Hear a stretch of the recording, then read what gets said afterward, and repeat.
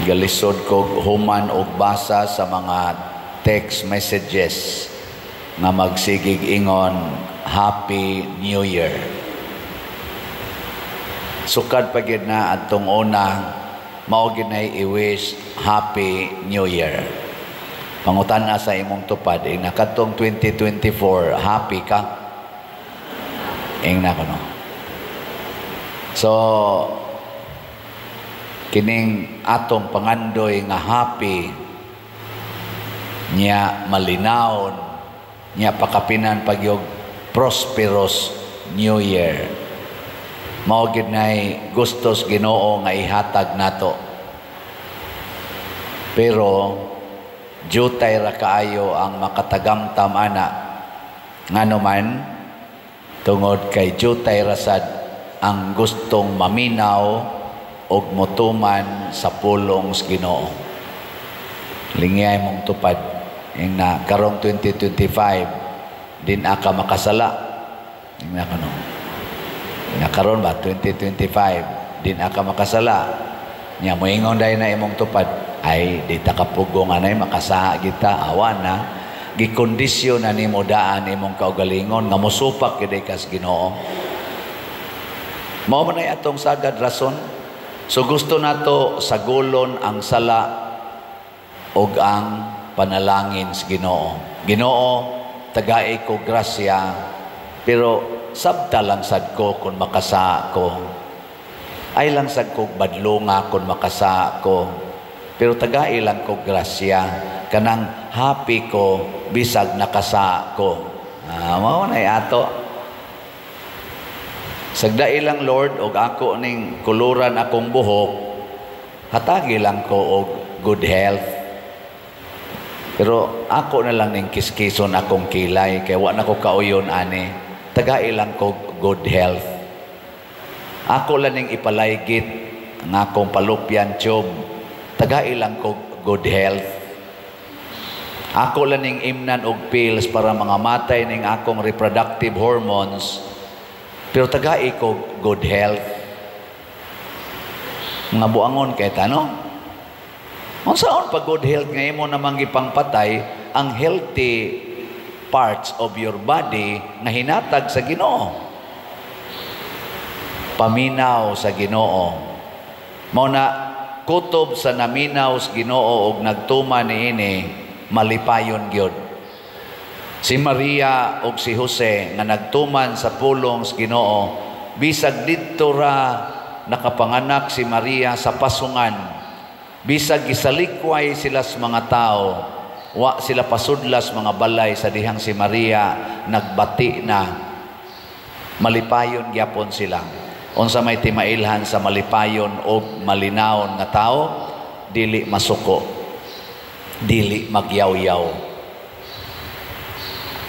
Ilingay mong tupad na pwede din aka magyaw-yaw,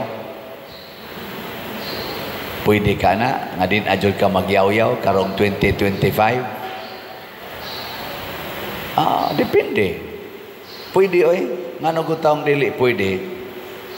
Mo na kay naminaw man si Jesus o si Jose o si Maria sa pulong sa Ginoo, nagtuman man sila niini.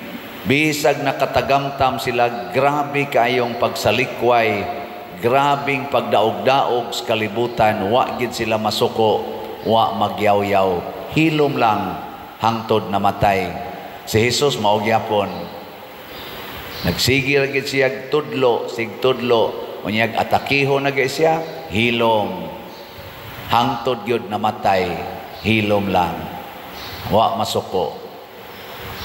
Nautunta kaning 2025 din aunta magsigig yaw-yaw ang atong mga kaigsuonan, labi na ang atong mga leaders sa politika ug sa simbahan.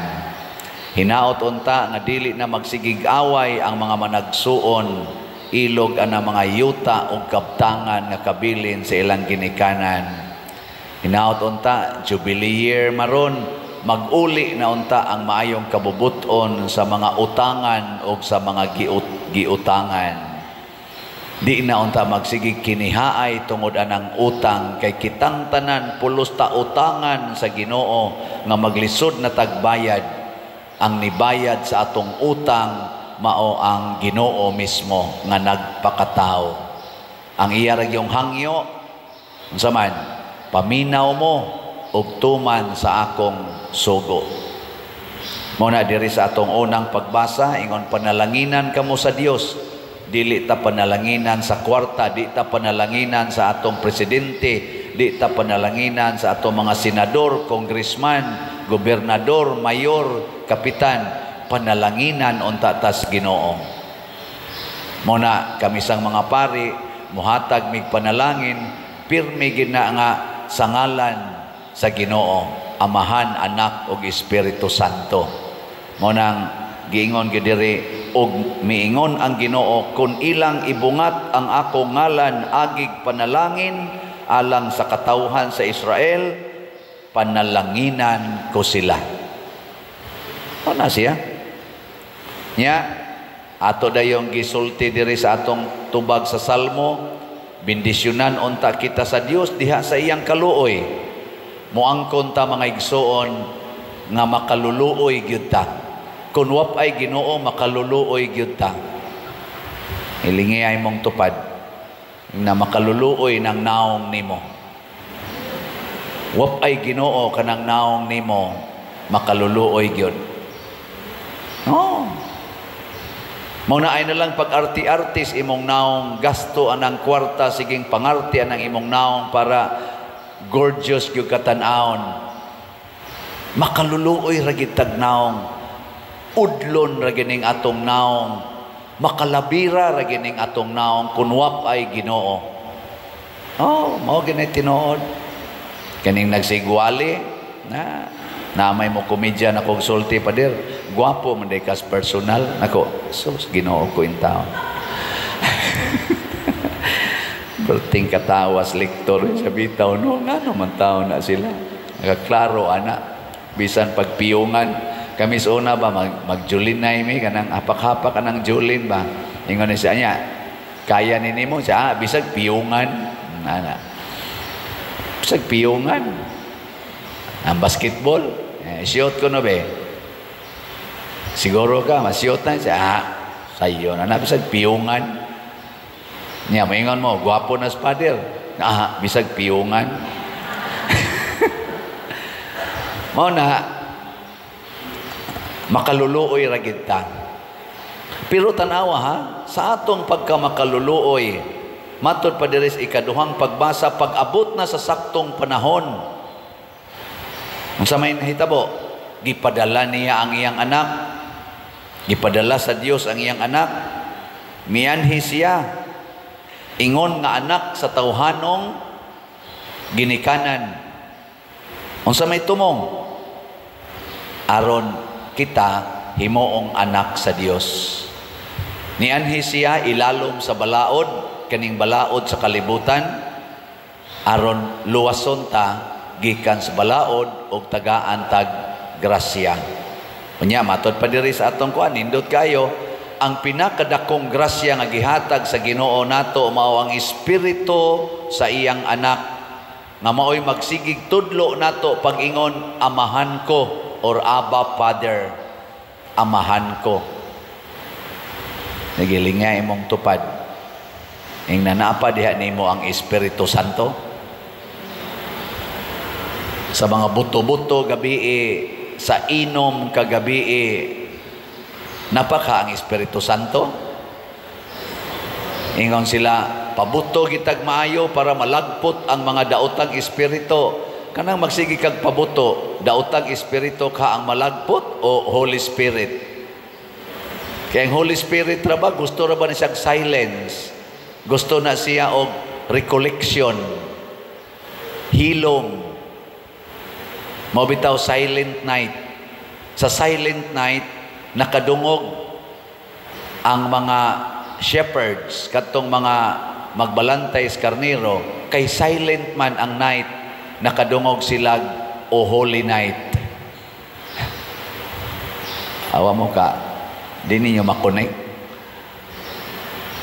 Muna, nakadungog sila, nga tinaw sa ilang utok, o sa ilang dunggan, o sa ilang hunahuna, ang pulong sa anghel, nga nag-ingon, pagdali, adtuan ninyo, aron makita ninyo ang bag-ong na taong Mesiyas, ang timaan mao kini, ang iyang mama, si Maria, ang iyang papa, si Jose. Unya naa siya naghigda sa pasungan. May kain pagka-describe sa anghel na bati na sa mga shepherds na naganda yon sila sa pagpangita niya ng lugar diin tuwa matao og nakita gid nila. Mao tong pagkakita na nila ilang gisugilon nga gisultihan sila sa anghel nga mao ni ang sitwasyon kanang bilin. Mao nang sitwasyon, naa si Maria, naa si Jose, naa sa pasungan ng bata, gilibutan sa mga hayop. Nakita na nila, sala, tinuod lagi, mao gini ang hari, kay ang gisultis anghel dito, mao magyud ang ilang nakita. Hindi ko na beling ay mong tupad. Ing naon sa gisultis anghel ni mo gabi. Naon sa gisultis anghel gabi. Ingka wa may anghel nagpakita nako. Wa man ka maminaw. So ay paminaw oh. Karon iguli nimo ing na Lord unsay imong isulti bahin aning akong anak nga tapulan kayo. Unsaon ako pagkakita nimo aning akong anak nga nagsigilag duwa aning computer nyag pasimbahon matugra. Nyag pakatulgon di matug kay magsigduwa. Unsaon ako pagkakita nimo. Naadayon na isulting anghel basta maminaw ka pero magsigi kag yaw-yaw kamo mga buangon, kamo mga animal, kamo mga ana adi ka kadungog kay ang imong madungog ang imo ra gyung tingog nga gitudlo nimo sa yawa dili sa Espiritu Santo. Mao na diri sa atong ebanghelyo ang mga shepherds nga nagdali og nakakita sa Ginoo na mauli nga nagkanta og kasadya ning taknaa. So gikan sa silent night, nakita nila nakadto day holy night, sa na-experience na nila ang kamatuoran sa holy night, nang lakaw sila nga kasadya ning taknaa. Bag-ong tuig, bag-ong kinabuhi. Unsay timailhan sa dunay bag-ong kinabuhi, magsigi naghigugma sa iyang silingan. Sige, katapusang lingi sa imong tupad. Ing na akong i-promise. Sige, sabat na ko. Ing na akong i-promise. Din adyo ko manglibak. Ing na. Okay, kasadya na good. Naaday sadya mong libak. Nya pakapini og ingon nga magsige na kong palit og slat. Gana, pero tilipaya nimo. Lipay pang atong simbahan, lipay pang Ginoo, lipay pang mga kabos. Pagkanindota na, hinaot unta nga ang bag-ong tuig 2025 mahimog yung bag-ong kinabuhi. Manindog ta.